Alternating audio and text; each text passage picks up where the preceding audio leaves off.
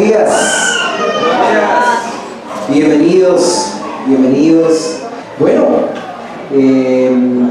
hoy terminamos nuestro inventario de formas y maneras en las que Jesús predica y da a conocer el reino de Dios, ¿no? Ayúdenme a recordar, a ver, algunas de las maneras en las que Jesús, vemos en el Evangelio de Marcos, que Jesús ha predicado y que, permítanme decirlo, no es por demeritar de ninguna forma, pero predicamos con la palabra del Señor. Pero Jesús no se limitó a predicar con la palabra del Señor. No tenía primero la capacidad de comprar un rollo, un manuscrito para tenerlo permanentemente ahí y abrirlo cada vez que predicaba en las calles.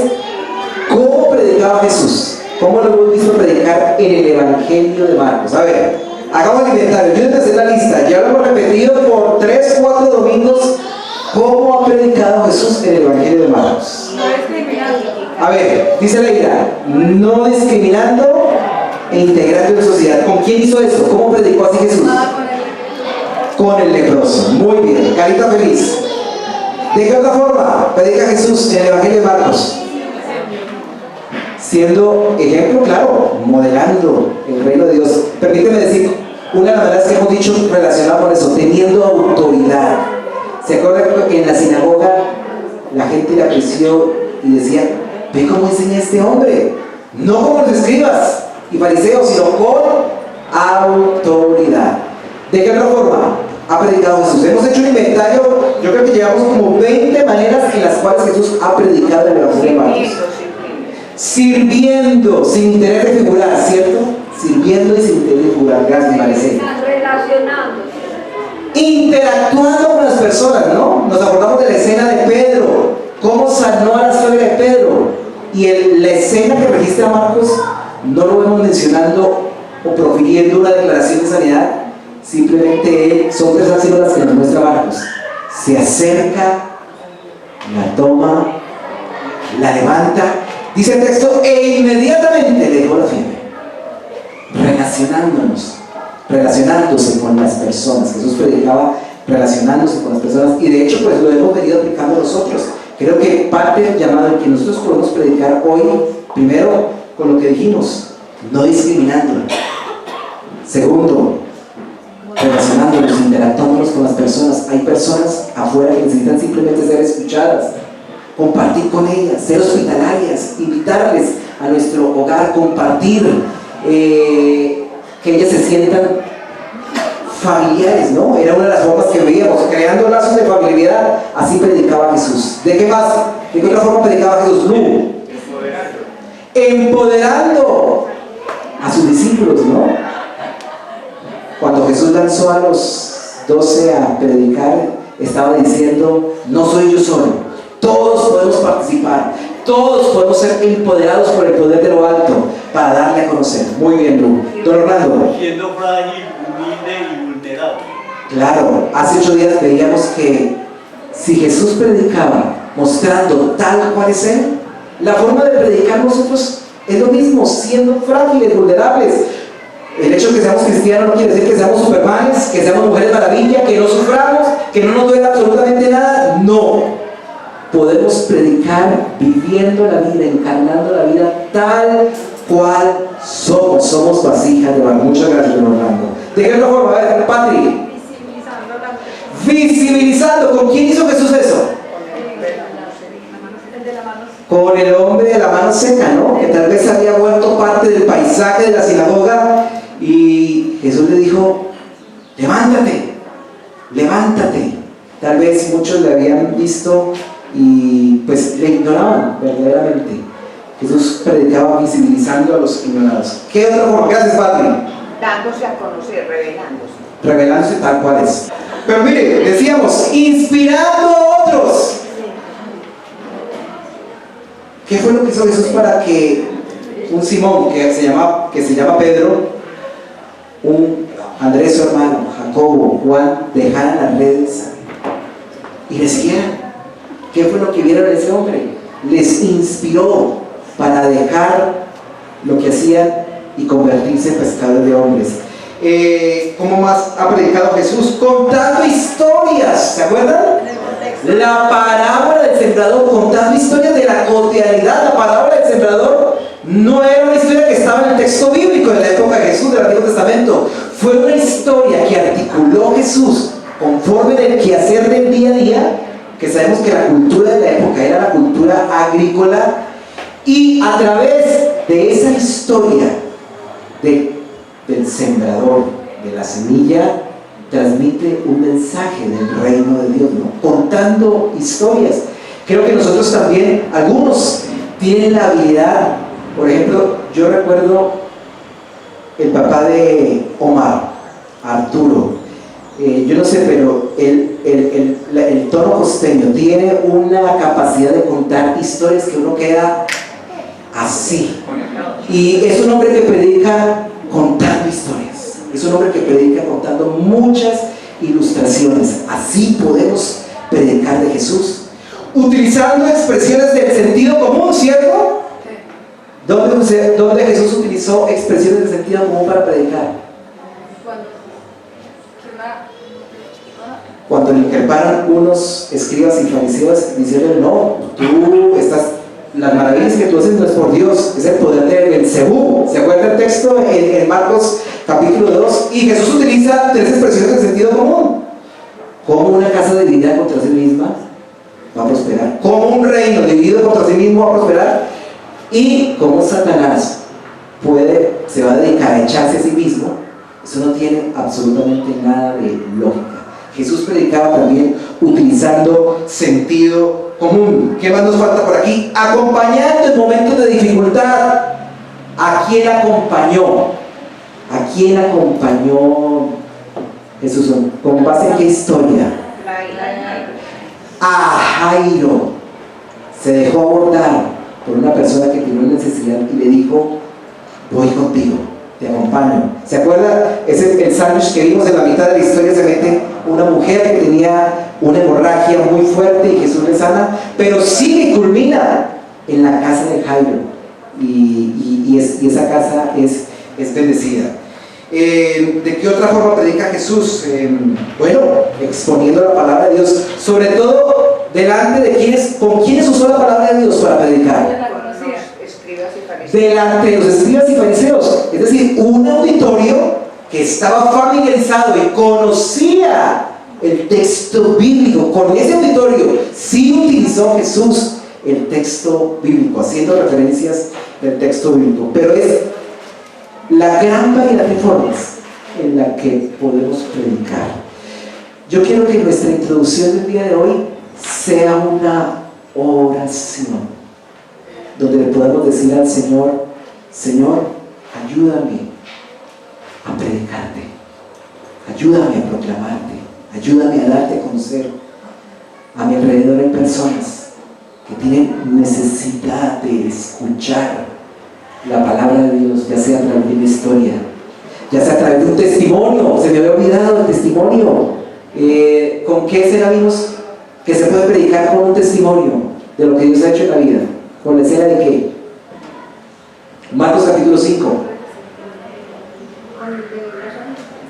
El endemoniado gadareno, cuando es liberado, que quiso irse con Jesús, como yo pienso que cualquiera que hubiera sido sanado por Jesús. Bueno, no todos quisieron irse con Jesús, pero él quería irse con Jesús, y Jesús le dijo: no, quédate aquí y ve a tu casa y cuenta cuántas grandes cosas ha hecho el Señor contigo. Y es la aplicación que hacemos del testimonio. Una de las cosas que le gusta escuchar a la gente es historias de carne y hueso de lo que Dios hace en la realidad de la vida. Quiero invitarle que me acompañe una vez más al capítulo 11, versículo 27. Marcos 11, 27. Y vamos a leer hasta el 12. Vamos a volver a ver esta historia, esta escena que vimos recientemente.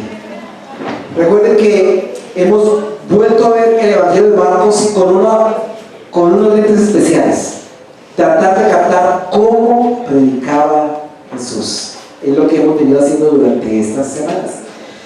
Pero en la historia que vamos a ver hoy, vamos a ver una forma trascendental y profunda en la que predicaba Jesús. 11:27 al 12:12. ¿Lo tenemos?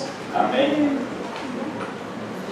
Volvieron entonces a Jerusalén y andando por el templo vinieron a él los principales sacerdotes, los escribas y los ancianos, y le dijeron: ¿con qué autoridad hace estas cosas? ¿A qué cosas se refieren ellos?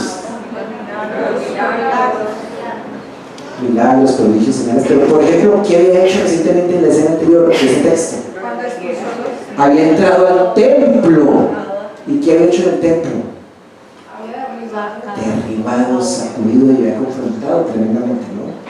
Jesús respondiendo les dijo: bueno, les voy a hacer una pregunta, respóndanme y yo les diré con qué autoridad hago estas cosas. ¿El bautismo de Juan era del cielo o era de los hombres? Respóndanme. Entonces ellos discutían entre sí diciendo: si decimos del cielo, mirad, ¿por qué pues no le creísteis? Y si decimos de los hombres, puntos suspensivos. Pero temían al pueblo, pues todos temían a Juan como verdadero profeta. Así que respondiendo dijeron a Jesús: no sabemos. Entonces, respondiendo Jesús les dijo: tampoco yo les digo con qué autoridad hago estas cosas. Entonces comenzó Jesús a decirle una parábola. Un hombre plantó una viña, la cercó de un vallado, cavó un lagar, edificó una torre y la arrendó a los labradores y se fue lejos. A su tiempo envió un siervo a los labradores para que recibiese de estos del fruto de la viña. Mas ellos, tomándole, le golpearon, le enviaron con las manos vacías. Volvió a enviarles otro siervo, pero apedreándole, le hirieron en la cabeza. Y también le enviaron afrentado. Volvió a enviar otro, y a este mataron. Y a otros muchos, golpeando a unos, matando a otros. Por último, teniendo aún un hijo suyo, amado, lo envió también a ellos diciendo: tendrán respeto a mi hijo. Mas aquellos labradores dijeron entre sí: este es el heredero, vengan, matémosle y la heredad será nuestra. Y tomándolo le mataron y le echaron fuera de la viña. ¿Qué pues hará el señor de la viña? Vendrá y destruirá a los labradores y dará su viña a otros. Ni aún esta escritura habéis leído: la piedra que desecharon los edificadores ha venido a ser cabeza del ángulo. El Señor ha hecho esto y es cosa maravillosa a nuestros ojos. Y procuraban prenderle, porque entendían que decía contra ellos aquella parábola. Pero temían a la multitud y dejándole se fueron. Padre, en esta mañana permítenos tratar, Señor, de auscultar un poco esta sección, esta quinta sección del Evangelio, de la cual se ha tomado este texto. Y permítenos percibir, Señor, cómo predicabas. Permítenos, Señor, aún ejercer e imitarte a ti en tu forma de predicar. No somos perfectos y no somos tú, pero sí tenemos el llamado de reflejarte, de darte a conocer. Sí tenemos el llamado de ser sal y luz, como tú eres sal, como tú eres la luz del mundo. Ayúdanos, Señor. Permítenos captar la responsabilidad que hay al proclamarte y al predicar de ti. En el nombre de Cristo Jesús. Amén y amén. Ok, llegamos a la quinta sección del Evangelio. Es la sección que comienza desde el 10:46 y termina hasta el 15:47, donde se da todo ese acontecer de Jesús. ¿En qué lugar? ¿Cuál es el auditorio de Jesús en su predicación? A ver, ¿quién recuerda? La quinta sección, ya estamos entendiendo el Evangelio. ¿Qué pasa en esa sección? ¿Dónde está? En el templo. ¿Y dónde quedaba el templo? En Jerusalén. Capítulo desde el 10:46 hasta 15:47, todo se da en Jerusalén. La pregunta es: ¿qué representó para Jesús la santa ciudad? ¿Qué representó para Jesús Jerusalén? ¿Representó alabanza para él, adoración? ¿Representó oposición? oposición, representó rechazo, antagonismo, Lugar donde iba a morir. a tal punto llegó el antagonismo que lo que representaba la santa ciudad era el lugar donde iba a morir, a ser desconocido, el lugar donde no iba a encontrar adoración y comunión con Él, iba a encontrar absoluto rechazo. Bueno, la historia que he tomado de esta quinta sección es la historia de los labradores malvados. Recordémosla, que la hemos visto. Esa historia era un indirectazo de Jesús para aquellos que le estaban escuchando. ¿Quiénes le estaban escuchando? Sacerdotes, escribas, fariseos, los preparados, los que tenían la capacidad, los que habían sido versados en las escrituras, los que conocían el texto bíblico, pero no lo reconocieron a Él. No sabían que Él era el Cristo, el Hijo de Dios. Recordando esta historia de los labradores malvados, a ver, hagamos las semejanzas. ¿A quién representa el dueño de la viña? A Dios Padre. A Dios, el Señor, el Padre. ¿Quiénes son los labradores? Que sabemos que por la contexto de la historia, pues los labradores malvados, ¿a quién los representa? Dice el texto en el 12:12, procuraban prenderle porque entendían que decía contra ellos aquella parábola. Pero no solamente lo representaban a ellos, la clase dirigente judía del tiempo de Jesús representaba a toda una generación o generaciones que por mucho tiempo habían desconocido al Señor. Los enviados, ¿a quiénes representan? Los profetas. A quienes envió constantemente el Señor una y otra vez para advertir al pueblo, para decirles: cambien su manera de vivir, porque si no cambian y reducen su fe solo a la religiosidad, no van a experimentar absolutamente nada, van a tener destrucción. Cambien. ¿Y a cuántos profetas fueron golpeados, maltratados, vituperados, asesinados, no? ¿Quién los asesinó? ¿Los gentiles? No. ¿Quién los asesinó? El propio pueblo de Israel los asesinó. Dice, por último, bueno, la historia va a ver al hijo, a su hijo amado, y a este sí van a respetar. ¿Y qué le pasó al hijo? Lo prendieron y lo mataron. Corrió la misma suerte de los profetas. Déjenme plantearlo así. La forma en que Jesús predica en Jerusalén es ejerciendo un rol profético, siendo un profeta a la manera del Antiguo Testamento. ¿Cómo predica en Jerusalén? Ejerciendo un rol profético, sirviendo como profeta.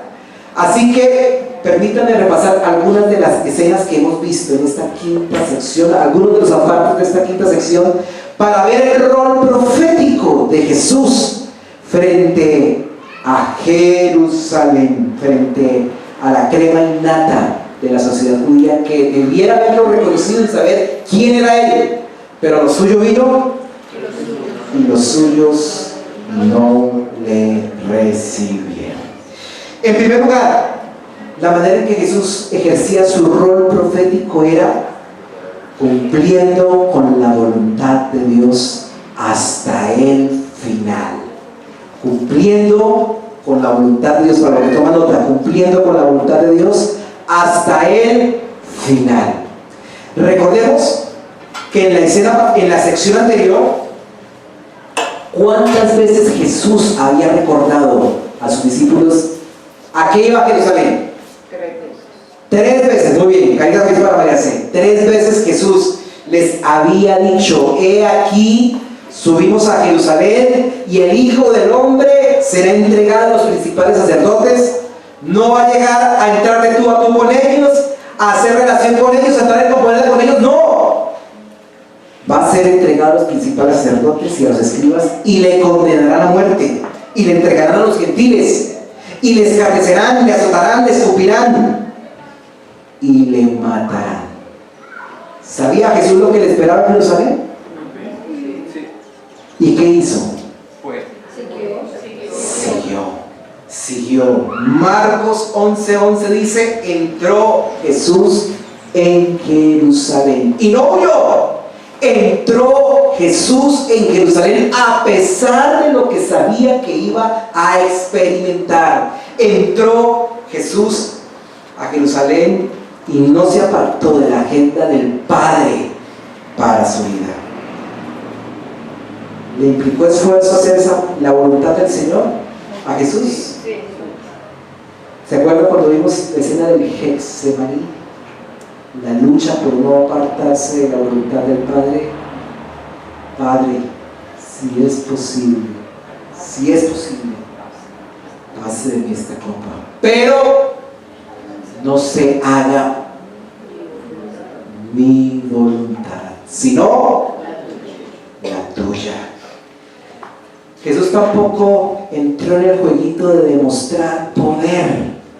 Recuerden que en Jerusalén Jesús no quiso realizar milagros, prodigios ni señales.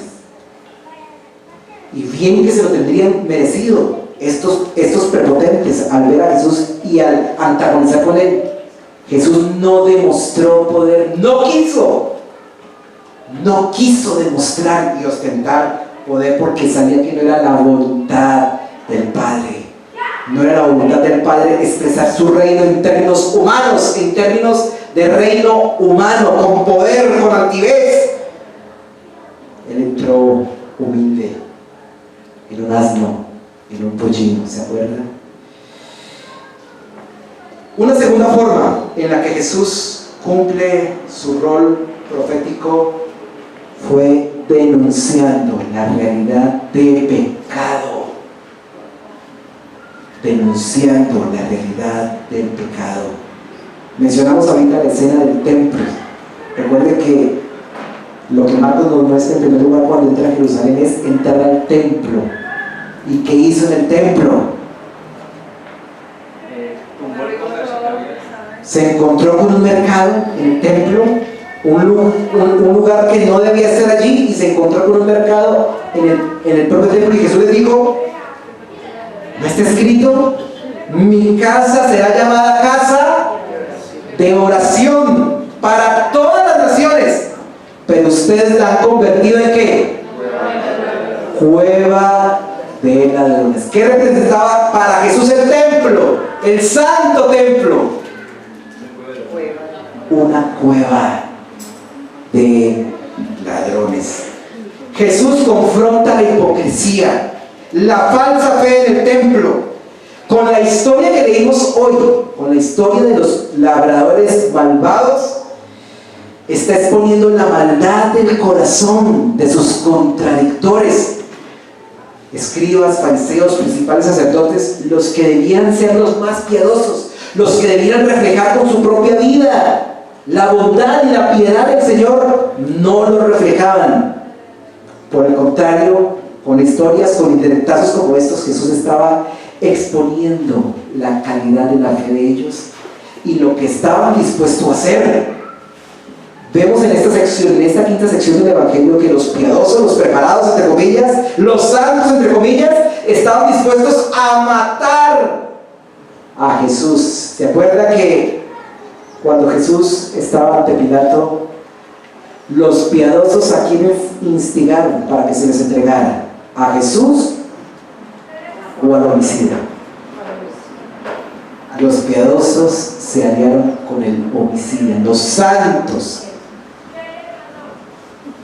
Creo que la palabra del Señor es tan displicente con aquellos que presumen ser parte del pueblo de Dios y no lo son. El Evangelio de Juan es más duro y coloca en boca de Jesús expresiones tales como: ustedes no son hijos de Abraham, ustedes no son judíos, ustedes nada tienen que ver con Abraham, ustedes son hijos de su padre, el diablo. Jesús confrontó la maldad. Jesús, cuando miraba el templo, no veía piedad, no veía oración, no veía comunión con Él. veía un apartamiento total de Dios. Tal vez el templo tenía mucha pompa, mucha liturgia, muchos sacerdotes, mucha expresión de alabanza pomposa, pero no había relación con Dios. Era una cueva de ladrones. Es más, Jesús llegó a calificar los alumnos de los escribas y fariseos como personas que estaban totalmente apartadas de la fe. ¿Se acuerdan cuando Jesús estaba en el templo, en esta quinta sección, y miró cómo la forma en que las personas echaban en la ofrenda? Y vio a una mujer humilde, pobre, que en comparación con otros echó muy poquito. ¿Y qué le dijo Jesús a sus discípulos? Esa mujer echó más que los ricachones, porque los ricachones daban mucho, pero daba de lo que les sobra. Pero ella ha dado todo lo que tenía. Estaba hablando en la escena, dándole una pequeña confrontación a los escribas en ese contexto, en ese pasaje, cuando decía que los escribas solo les gusta estar aparentando, estar en los lugares públicos, pero son los que oprimen a las personas. Y comenta esta historia, ¿no? Eso lo vimos en el capítulo 12, finales del capítulo 12 de Marcos. Bueno, la tercera forma en que Jesús ejerce su rol profético: advirtiendo sobre las consecuencias del pecado. Jesús advirtió sobre las consecuencias del pecado. ¿Cómo? ¿Cuándo proclamó? Capítulo 13. ¿Se acuerdan cuando los discípulos salieron del templo y decían: uy, maestro, mira qué edificios, qué templo? ¿Y Jesús qué dice? No quedará piedra. Eso va a ser tumbado, no quedará piedra sobre piedra. Todo el capítulo 13 comienza en esa pregunta: ¿cuándo serán estas cosas? No quedará piedra sobre piedra. Vea, la santa ciudad no representaba algo digno de que estuviera en pie. La santa ciudad iba a caer porque no tenía nada que ver con la fe que promulgaban tener. Jesús advirtió lo que el pecado trae. El pecado, todo pecado conlleva a la destrucción. Todo pecado lleva a la destrucción. Es la consecuencia lógica del pecado. Y por último, el rol profético de Jesús se ve en ser un abanderado de la verdad y luchar hasta el final por ostentar esa verdad. Jesús siempre actuó y habló la verdad. ¿Recuerda la escena o la ocasión cuando ya lo tenían arrestado, le estaban haciendo un juicio totalmente ilegítimo en la casa del sumo sacerdote? Y recuerden que la escena es que estaban tratando de cuadrar testimonios, falsos testimonios. Vean, los piadosos tratando de hacer justicia, acomodando, y tenían su propio cartel de testigos, tratando de acomodar para un falso testimonio para que Jesús fuera condenado a muerte. Y no lo encontraban. El texto nos dice: no encontraban. Ya casi desesperados, el sumo sacerdote se paró y le preguntó: ¿eres tú el Cristo, el Hijo del bendito? ¿Y con qué respondió Jesús? Dijo el texto nuestro, nos dice: yo soy.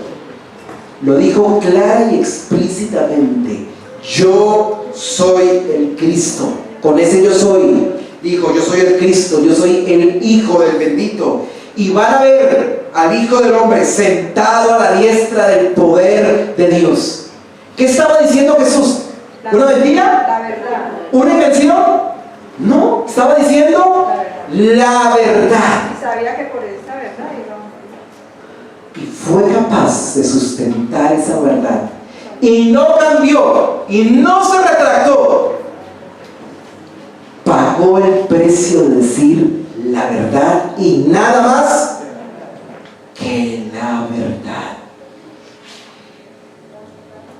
Fue llevado ante las autoridades romanas, ante Pilato. Y Pilato, queriendo y mostrándonos el texto, tal vez más tendencias justas en Pilato que en los contradictores de Jesús, fue condenado. Fue condenado Jesús. 4 características hemos dicho del rol profético de Jesús. 1, cumplió con la voluntad de Dios hasta el final. 2, denunció la realidad del pecado. 3, advirtió sobre las consecuencias del pecado. Y 4, fue un abanderado de la verdad y pagó el precio de ser ese abanderado por la verdad. Hagamos las aplicaciones respectivas para nosotros hoy. Hoy nosotros también tenemos el llamado de predicar ejerciendo un rol profético. Hoy somos llamados a predicar ejerciendo un rol profético. Y no estoy hablando de la tendencia que en muchos lugares hay, de que se indican o se autoindican el título de profetas. No estoy hablando absolutamente nada de eso. Estoy hablando del compromiso de ser profetas. Y ser profetas es más que un título. Ser profetas es más que una demostración de credenciales o de poder frente a otros. Los profetas, en el contexto bíblico, no tuvieron privilegios como muchos profetas que hay hoy, que dicen y se autoindican ser profetas. No tiene nada que ver con ese profetismo. Los profetas reales de la palabra del Señor pagaron el precio muy alto de ser profetas, porque primero decían cosas que la gente y los auditorios no querían escuchar. Muchos profetas pagaron el precio de ser rechazados, de ser vituperados, de ser asesinados. ¿Se acuerdan la historia de Jeremías? Hemos visto algo de la historia de Jeremías. Muchos le llaman el profeta llorón, con ese llamado que el Señor le hizo en el capítulo 1 en Jeremías. Uno creería que iba a ser de esos profetas que iba a demostrar poder y autoridad y a acabar reinos, y no. Jeremías vivió el rechazo, fue apresado, lloró tanto, hasta un día en nuestro texto bíblico deseó no haber nacido por la opresión, por lo que implicó ser profeta. Hoy nosotros tenemos el llamado de ser profetas, y esta no es una manera muy agradable de predicar la palabra del Señor, pero todos tenemos el llamado de ejercer un rol profético. Primero, ¿cómo? Cumpliendo con la voluntad de Dios hasta el final. Tu vida, lo que haces hoy, tus decisiones, tus pensamientos, tus anhelos, tu manera de hablar, de pensar, ¿es una expresión de la voluntad de Dios? ¿Estás haciendo hoy lo que Dios quiere que tú hagas?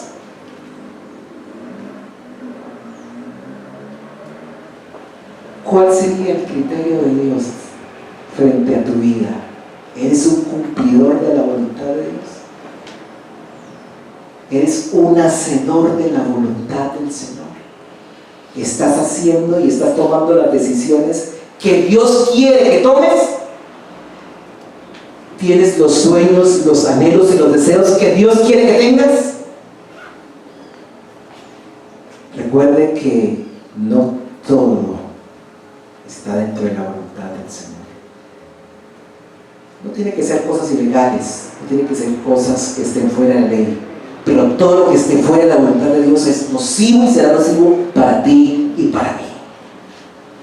La voluntad del Padre era que Jesús fuera un profeta en Jerusalén y pagar el precio. Ese fue su parámetro de éxito, la cruz. ¿Estás pagando hoy el precio de hacer la voluntad de Dios? Hoy podemos estar tal vez afrontando circunstancias difíciles, Pero Dios quiera que las circunstancias difíciles no sean por consecuencia de nuestra terquedad y obstinación. Si sufrimos hoy, que suframos por hacer la voluntad de Dios, no por cometer y hacer las cosas que desagradan al Señor. Esa sí es la voluntad del Padre. Si sufrimos, que suframos por hacer lo que es correcto delante del Señor. Esto es parte del rol profético. En segundo lugar, como profetas somos llamados a denunciar el pecado. Como profetas somos llamados a denunciar el pecado. Y permítanme explayarme un poco más en esta explicación. Dios no nos está llamando a mostrarnos hirientes y agresivos frente a los demás. No. Podemos denunciar el pecado haciéndolo de una manera correcta, amable, sin perjudicar la dignidad del otro, pero diciendo la verdad. Hoy el Señor nos llama a decir la verdad. Por ejemplo, en el círculo de la amistad, el que es un buen amigo le va a decir a su amigo que lo que está haciendo está mal. El buen amigo no es el alcahueta. El buen amigo es el que le dice lo que estás haciendo está mal y te puede conllevar a consecuencias que no esperas. Ese es el buen amigo, el que le dice la verdad al otro. ¿Y lo está hiriendo? ¿Lo está dañando? ¿Lo está perjudicando? No. Simplemente está denunciando el pecado. Está diciendo lo que estás haciendo tú no es correcto. Y se puede decir sin alevosía, se puede decir compartiendo en el tono de cercanía: lo que estás haciendo no es conveniente, estás actuando de una manera incorrecta. Los que somos papás somos llamados a ejercer un rol profético frente a nuestros hijos. Los que somos papás no tenemos que decirle a todo lo que nuestros hijos pidan ¡sí! Te apoyo, no. El rol profético de ser padres implica decir también no, porque decir no es una bendición, es lo que Él necesita, así como Dios no lo hacemos nosotros. Dios no nos tiene que decir a todo lo que pidamos sí, Él nos da el privilegio también de recibir no. Tenemos la labor de denunciar el pecado a nuestros hijos y decirles: lo que estás haciendo está mal. Y no tengo que ser adivino y no tengo que ostentar un rol, un poder de lo alto para saber lo que les espera si hacen mal. No. Sabemos que el que siembra mal va a cosechar mal. Eso no hay misterio. Como padres tenemos que decirle a nuestros hijos y ponerle los límites: lo que estás haciendo es incorrecto. Y te lo digo porque te amo. Lo que estás haciendo es incorrecto. Y te pongo límites porque te amo. Y te disciplino porque te amo. Y te pongo parámetros porque te amo.